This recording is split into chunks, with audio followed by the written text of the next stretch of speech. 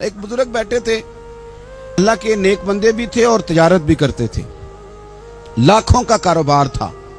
بزرگ بیٹھے ہوئے ہیں تو اچانک خبر ملی کہ حضرت صاحب پڑھا رہے تھے سبق، خبر ملی کہ آپ کا وہ جو ایک جہاز تھا نا مال بردار، وہ جہاز آپ کا ڈوب گیا پانی میں۔ فرمانے لگے الحمدللہ، سبق پڑھاتے رہے۔ 2-4 گھنٹے گزرے تو ایک بندہ پھر آیا، اس نے آ کے کہا حضور مبارک ہو، وہ جو جہاز ڈوبنے والی خبر تھی وہ غلط تھی، وہ جہاز آپ کا بالکل ٹھیک ٹھاک ہے، لاکھوں روپے بچ گئے۔ فرمانے لگے الحمدللہ۔ سبق اسی روٹین سے پڑھاتے رہے، پہلی نقصان کی خبر آئی تو پھر بھی الحمدللہ، اور دکھ کی خبر آئی پھر بھی الحمدللہ، سکھ کی آئی تو پھر بھی الحمدللہ۔ سبق اپنی روٹین سے پڑھاتے رہے، سفر جاری رہا، رکے نہیں۔ اختتام ہوا تو طلباء کہنے لگے حضور اتنے بڑے نقصان کی خبر آئی، جملہ ہی کوئی نہیں ٹوٹا آپ کا، لفظوں کے اندر کہیں ہم نے اتار چڑھاؤ نہیں دیکھا، حضور چہرے پر کوئی پریشانی نہیں، اور پھر اتنی بڑی خبر ملی خوشی کی، کوئی آپ کی آنکھوں میں روشنی نہیں آئی، کوئی ہم نے آپ کا چہرہ بدلتے نہیں دیکھا، معاملہ کیا ہے؟ تو فرمانے لگے معاملہ ایک ہی ہے، دکھ بھی رب کی طرف سے ہے، سکھ بھی رب کی طرف سے ہے۔ تو دکھ قبول محمد بخشا راضی رہن پیارے، اگر سارا کچھ اسی کی جانب سے ہے تو یہ تو کوئی بات نہ ہوئی کہ دکھ آنے پہ بندہ کہے ہو یہ کیا بن گیا، سکھ آئے تو بندہ کہ دیکھا میں نے محنت کی تھی تو کامیاب ہو گیا۔ امام علی مقام رضی اللہ تعالیٰ عنہ کی فکر کو سمجھ جاؤ، جب وہ مصطفیٰ کریم کے کندھوں پہ تھے پھر بھی الحمدللہ، اور جب ان کا سر نیزے کی نوک پہ تھا پھر بھی الحمدللہ۔ کسی مقام پر کسی جگہ بھی حسین ابن علی شکوہ کرتے نظر نہیں آتے۔